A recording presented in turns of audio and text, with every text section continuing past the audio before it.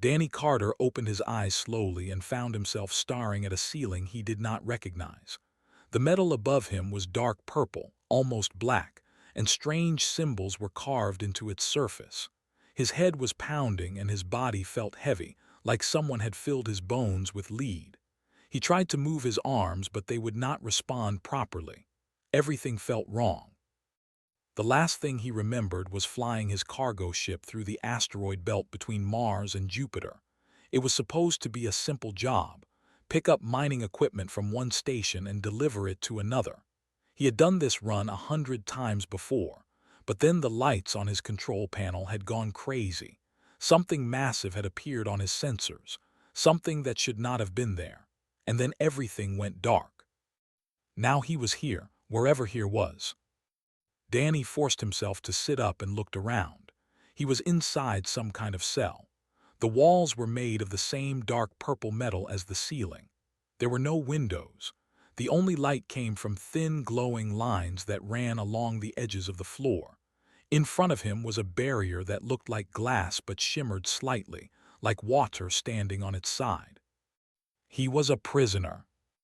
Danny's heart began to beat faster as the reality of his situation became clear.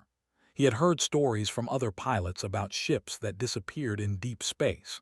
Most people thought those stories were just tales told by drunk spacers in cheap bars, but some of the stories mentioned a species that came from somewhere beyond the outer rim, a species that collected other species, the way humans collected insects.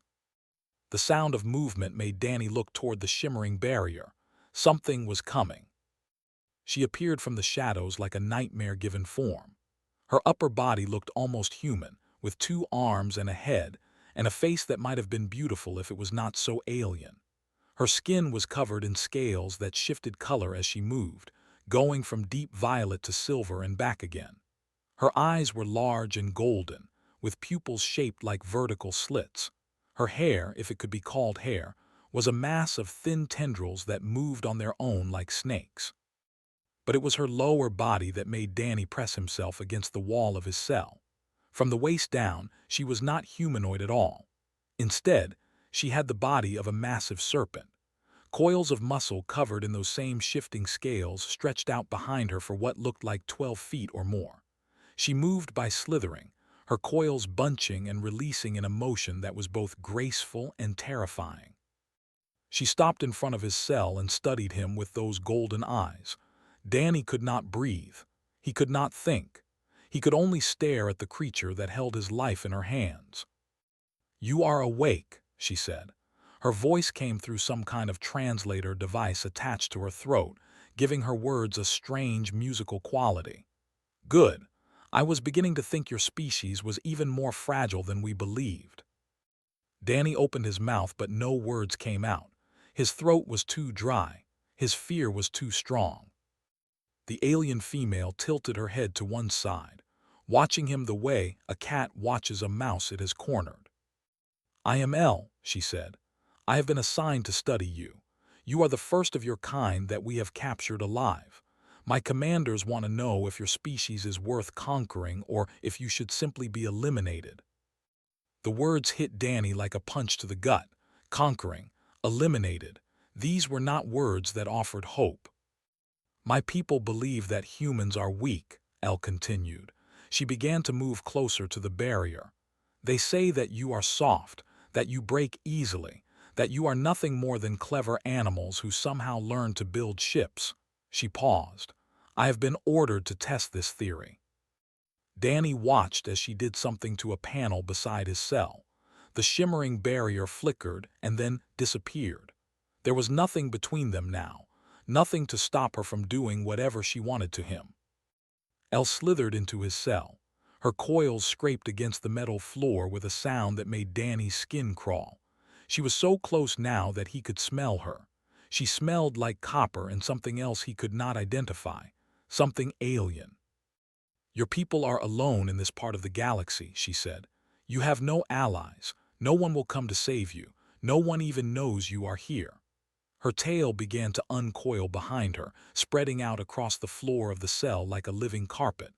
"I could wrap myself around you right now.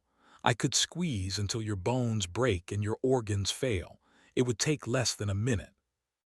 Danny believed her. He had seen nature documentaries about boa constrictors back on Earth. He knew how they killed, and this creature was far larger and far stronger than any snake from his home world. His back was pressed against the wall. There was nowhere to run, nowhere to hide. He was going to die here, alone, millions of miles from home, in a cell that no one would ever find. But something strange happened as Danny waited for the end. His fear did not go away, but something else rose up alongside it. Something stubborn, something that refused to let him fall apart completely. He straightened his spine. He lifted his chin. He looked directly into those golden eyes. Elle stopped.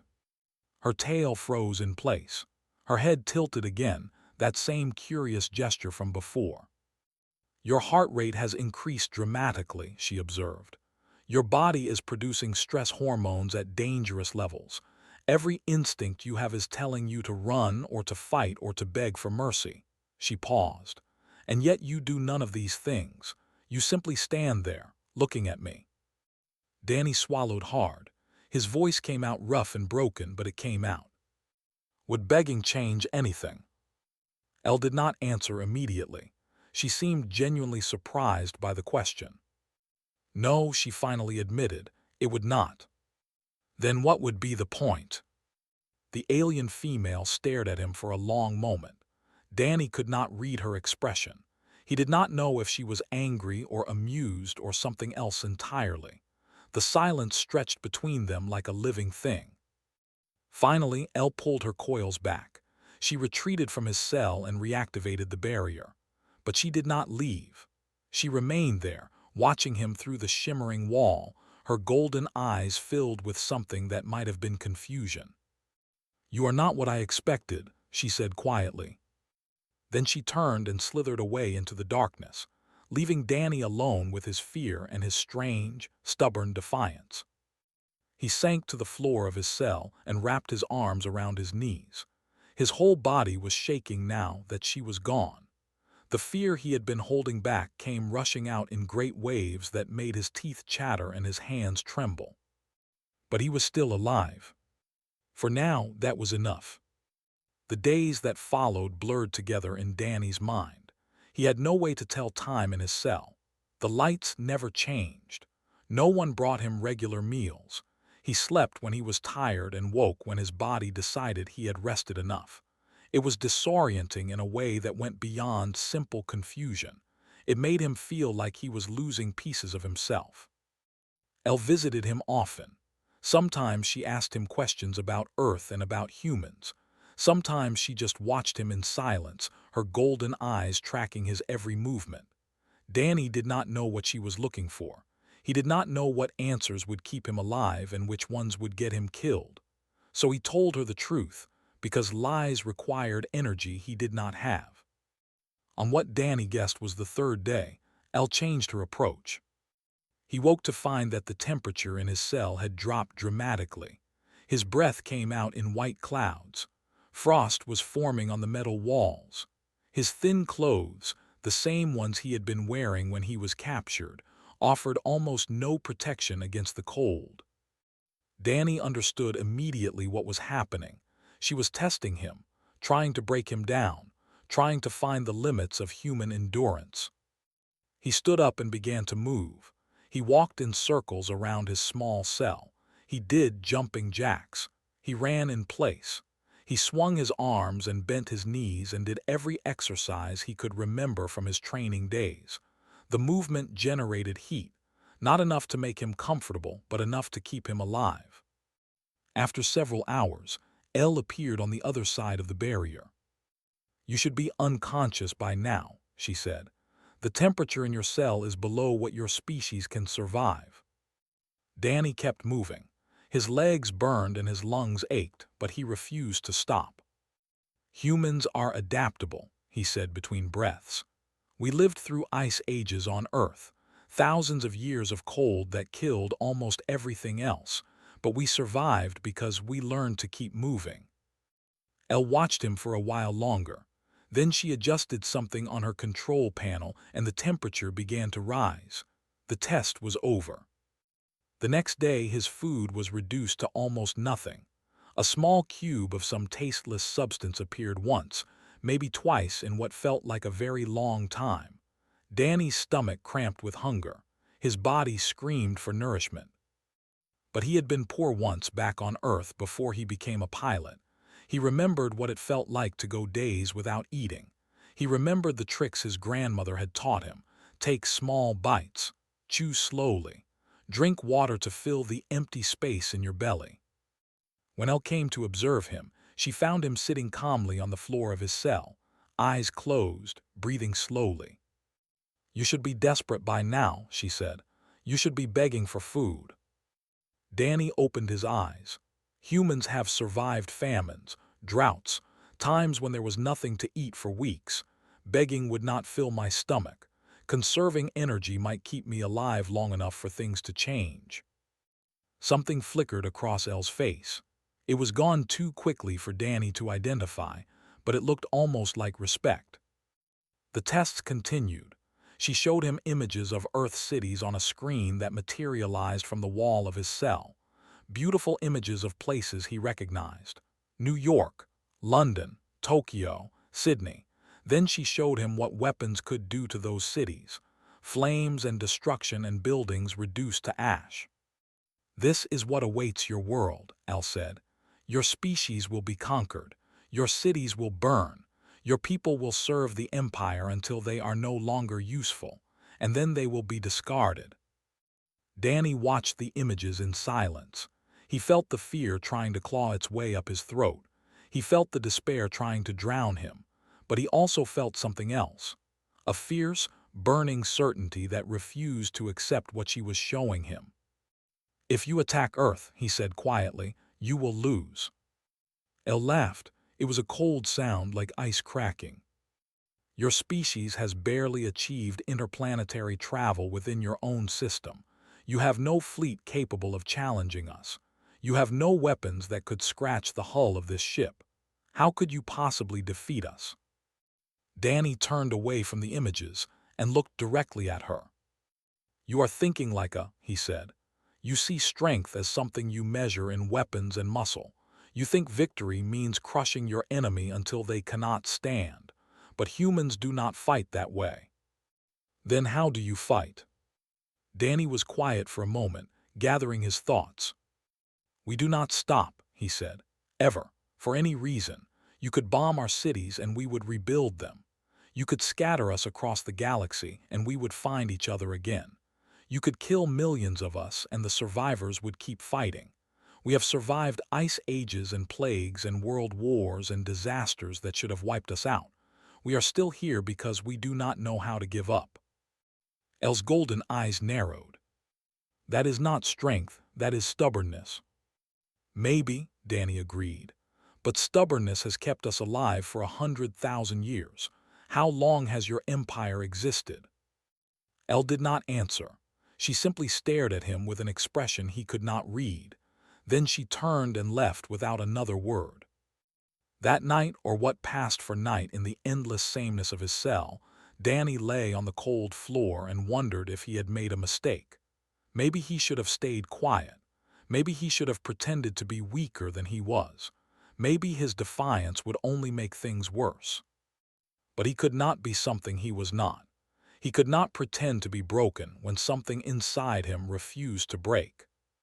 Far away, in another part of the ship, Elle sat alone in her quarters and accessed the vast database that contained information about every species they had encountered.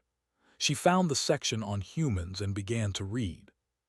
What she discovered kept her awake for a very long time.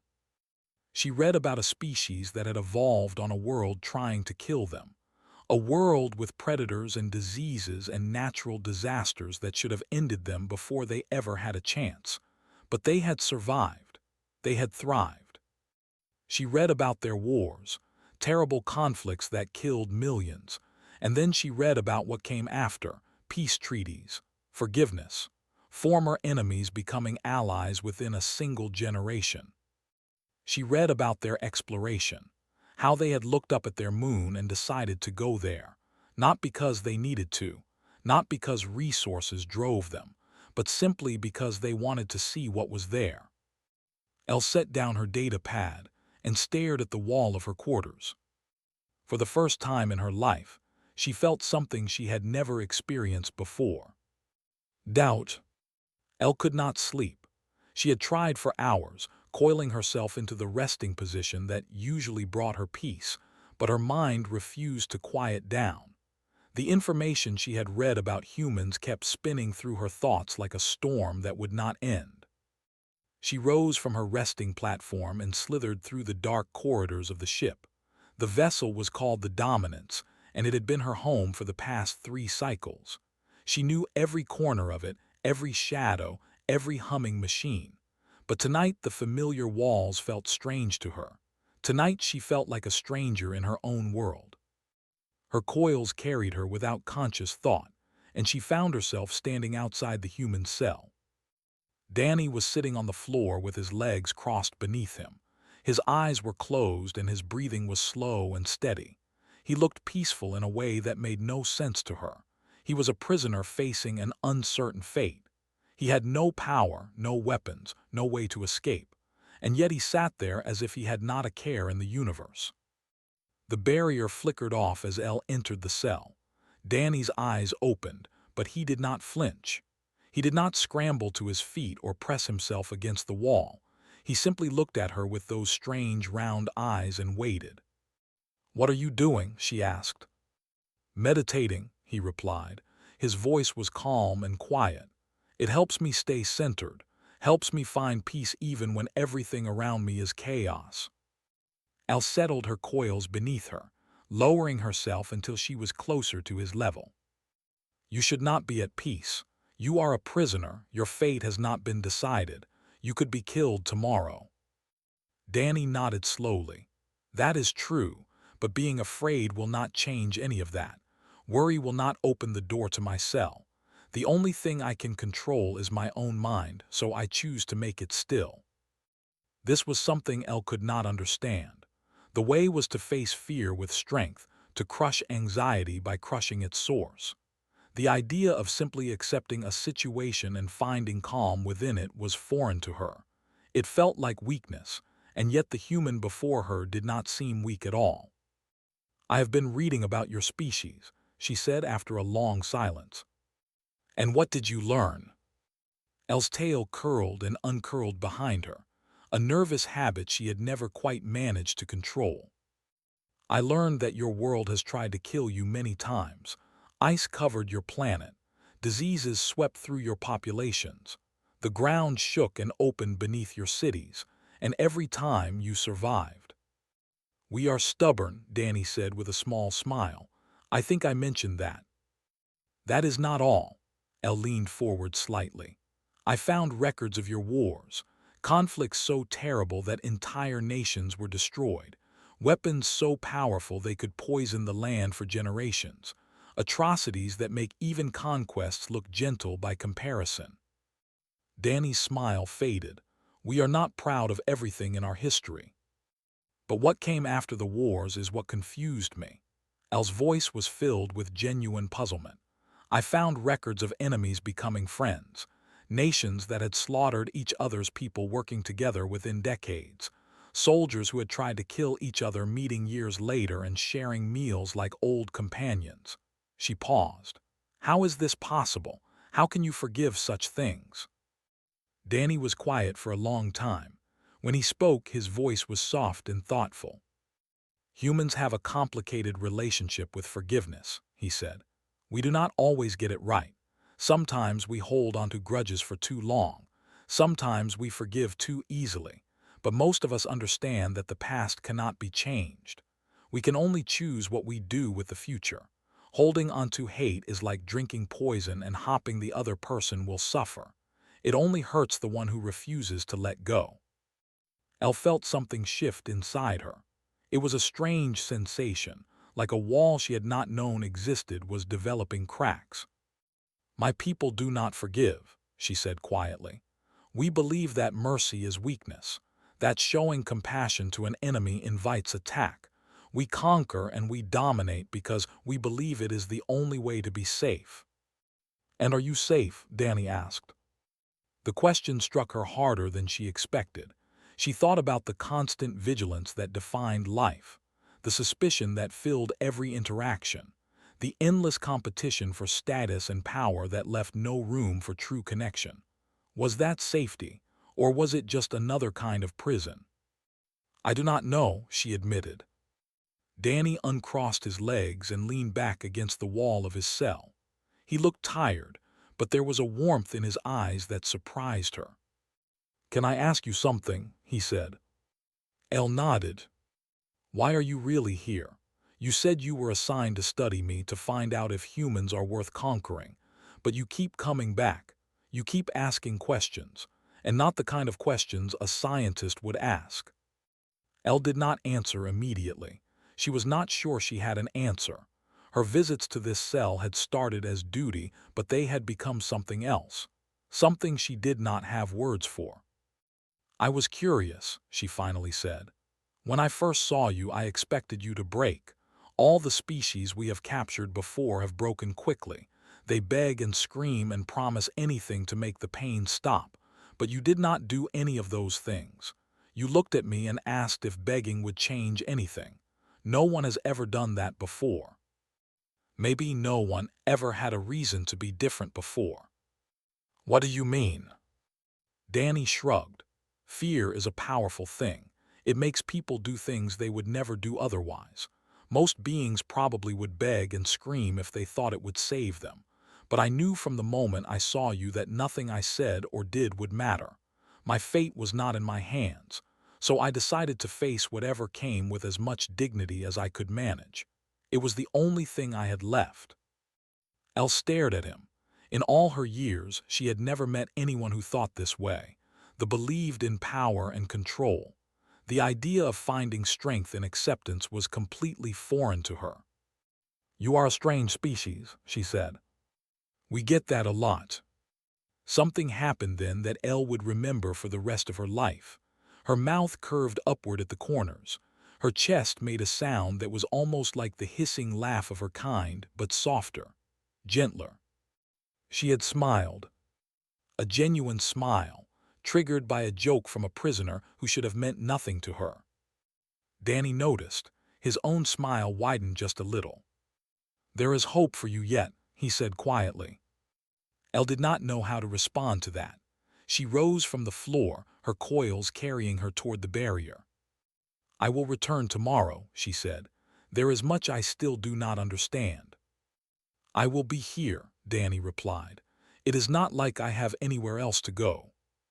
As Elle slithered away into the darkness, she carried something with her that she had never expected to find on a warship. A feeling that perhaps everything she had been taught was wrong. The command chamber of the Dominance was filled with the most powerful on the ship. Commander or sat on a raised platform at the center, his massive coils wrapped around a throne carved from the bones of conquered species. His scales were dark red, almost black, and his golden eyes held the cold cruelty of a predator that had never known defeat. Elle stood among the lower officers, trying to keep her face blank as the commander delivered his announcement. "The High Council has made their decision," or said. His voice echoed through the chamber like thunder. "The species known as humans has been classified as suitable for conquest. Their world will be added to the empire. Their population will be transported to mining colonies in the outer territories. Those who resist will be eliminated." Murmurs of approval rippled through the gathered officers. Conquest was what they lived for. It was the purpose that drove their entire civilization. But Elle felt no pride. She felt only a cold weight settling in her chest. "The invasion fleet will depart in 10 standard cycles," the commander continued. "By the time we reach the human, they will have no warning, no time to prepare. Their primitive defenses will be swept aside like dust before a storm."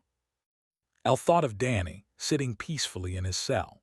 She thought of the stories he had told her about Earth, the blue oceans and green forests, The cities filled with millions of people living their lives, falling in love, raising children, dreaming of futures that would never come. She thought of what her people would do to all of it. The meeting ended and the officers dispersed. Elle moved through the corridors in a daze, her mind churning with thoughts she had never allowed herself to think before. She found herself at Danny's cell without remembering how she got there. He was awake as if he had been expecting her. When he saw her face, his expression changed. "Something has happened," he said. It was not a question. Elle could not speak. She simply stood there frozen, her coils trembling beneath her. Danny rose from the floor and moved closer to the barrier. "Tell me," he said gently. "The invasion has been ordered." The words came out in a rush. "The fleet will leave in 10 cycles. Your world will be conquered. Your people will be taken to labor camps. Everyone who fights back will be killed." She watched his face as she spoke, expecting to see despair, expecting to see him finally break the way all the others had broken before him. But Danny Carter did not break. His jaw tightened, his hands curled into fists, something fierce and bright burned in his eyes, but he did not fall apart. "Then we need to warn them," he said. Elle shook her head. "It is impossible. Communication systems are monitored. Any transmission would be detected immediately. There has to be a way." "There is no way," her voice cracked. "I have gone over every possibility, the control, everything on this ship. There is nothing I can do." Danny studied her for a long moment. "You said we need to warn them," he observed quietly. "Not you need to warn them, we." Elle realized what she had said. She realized what it meant. Somewhere in the past days, without her permission or understanding, Danny Carter had become something more than a subject of study. He had become someone she cared about. "I do not want this to happen," she admitted. "I have read about your species. I have talked to you. I have seen something in humans that my people have forgotten how to recognize." She paused. "I do not want to watch your world burn." Danny reached out and pressed his palm against the barrier. It shimmered under his touch. "Then help me," he said. "How?" "You know this ship. You know its systems, its schedules, its weaknesses. There has to be something, some way to get a message out, some way to escape." Elle's mind raced. She thought about the security protocols, the guard rotations, the communication arrays. She thought about the escape pods on the lower decks, designed for emergency evacuation. She thought about the neutral station at the edge of the system, where independent traders gathered beyond control. "There might be a way," she said slowly. "The escape pods have their own navigation systems. They are designed to operate independently in case the main ship is destroyed. If I could program one to reach the neutral station, you could contact your people from there." Hope flickered in Danny's eyes. "And you," he asked, "what happens to you?" Elle had not thought that far ahead.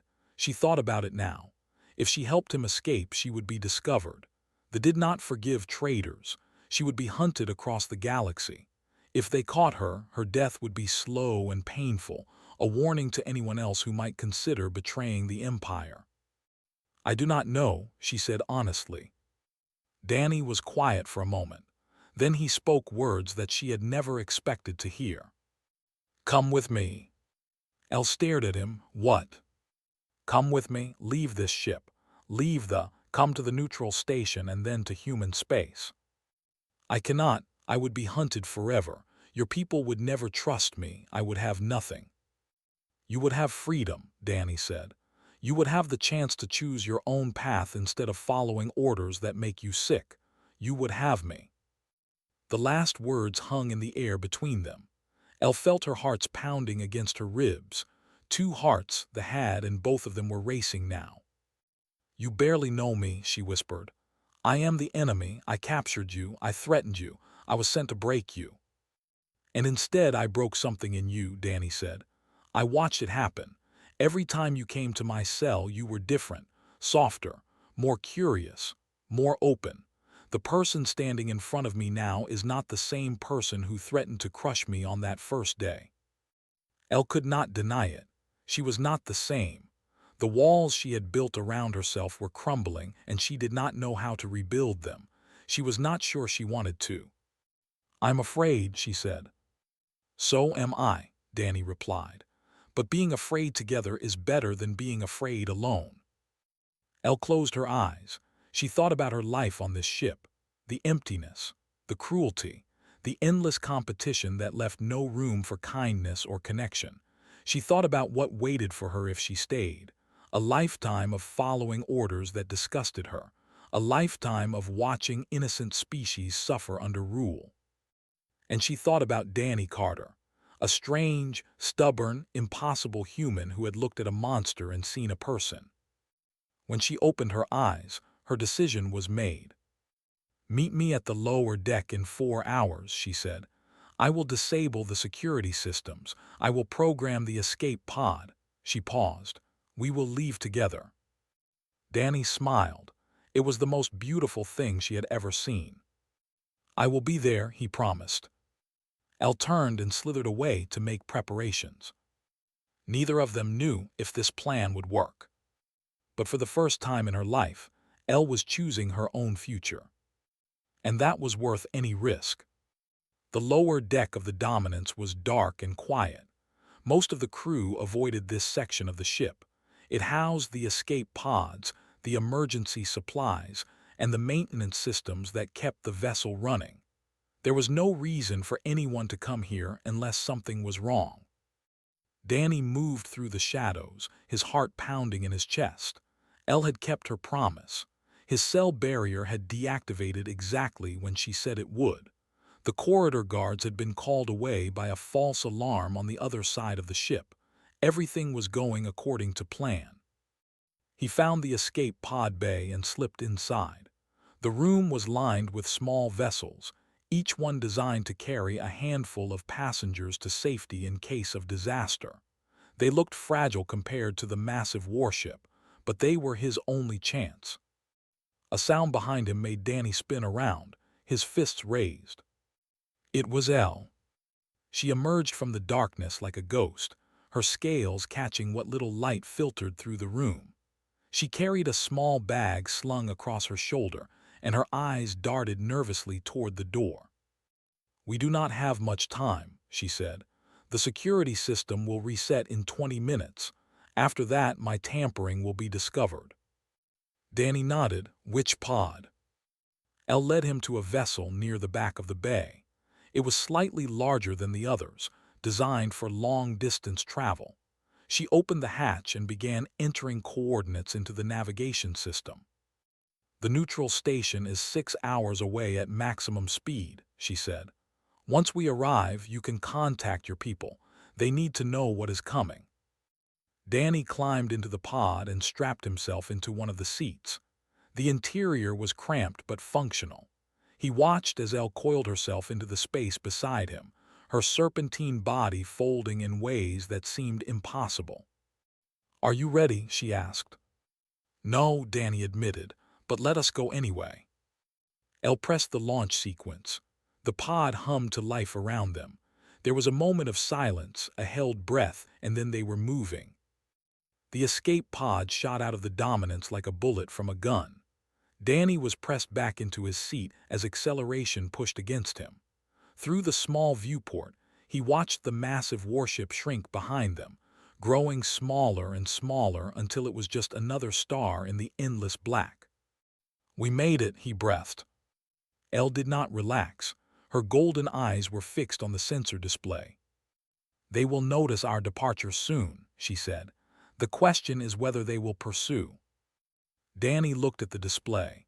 He could not read the symbols, but he understood the basic principle. If another ship appeared behind them, they were in trouble. The escape pod was fast, but a warship was faster. For long minutes, nothing happened. The stars stretched around them. The pod's engines hummed. Danny found himself holding his breath. Then alarms began to blare. "They have launched pursuit vessels," Elle said. Her voice was tight with fear. "2 fighters, they will reach us in 15 minutes. Danny's stomach dropped. Can we outrun them? No, they are too fast. El's hands moved across the controls, making adjustments. But we can try to evade them. The asteroid field ahead might provide cover. The pod veered sharply to the left. Danny grabbed his restraints as the vessel plunged into a dense field of tumbling rocks. Asteroids spun past the viewport, some close enough to touch. El navigated between them with a skill that impressed him even as it terrified him. Behind them, the pursuit vessels followed. They are gaining, El said. Danny watched the sensors, two blinking lights getting closer with every second. He felt helpless.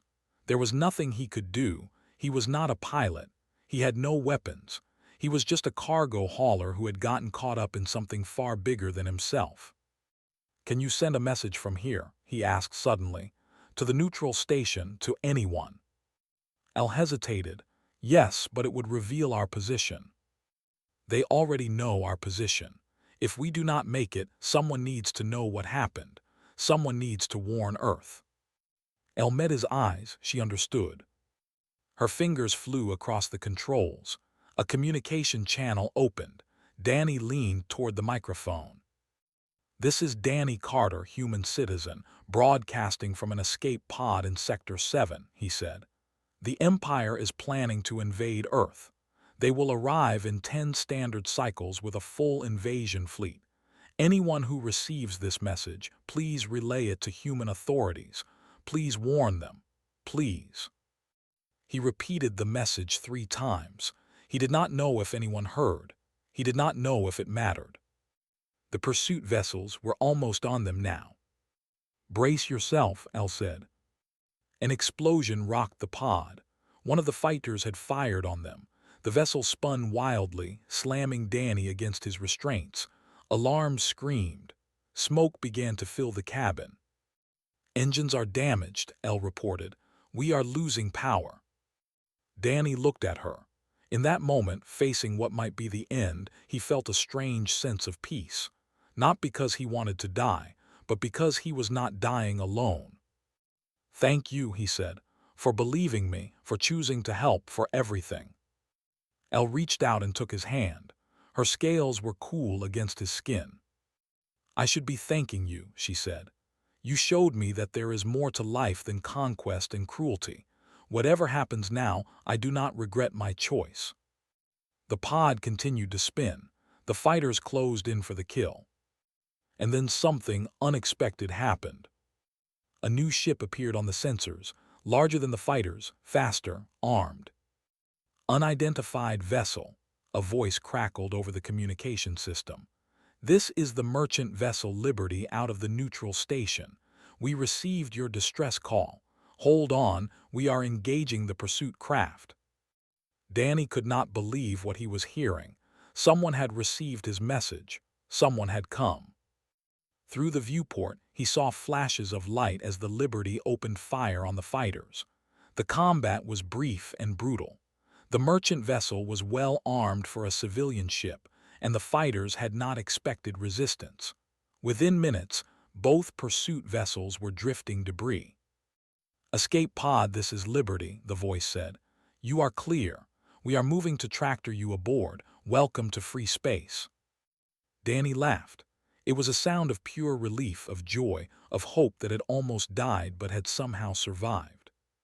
Beside him, Elle stared at the viewport with wide eyes. They came for you, she whispered. Strangers, people who owed you nothing. They risked their lives for a message from someone they had never met. That is what humans do, Danny said. We look out for each other, even when it is dangerous, even when it does not make sense. Elle turned to look at him. Her golden eyes were glistening. I want to learn how to be like that, she said. Danny squeezed her hand. You already are, he replied. You just needed someone to show you.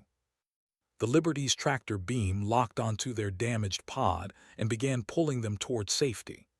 Behind them, the dominance grew smaller and smaller until it vanished entirely. Ahead lay the neutral station and beyond that Earth.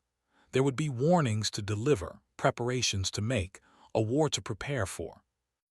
But for now, in this small escape pod hurtling through the stars, a human and an alien sat side by side, their hands intertwined, their futures uncertain but shared. It was not the ending Danny had expected. It was something better. It was a beginning.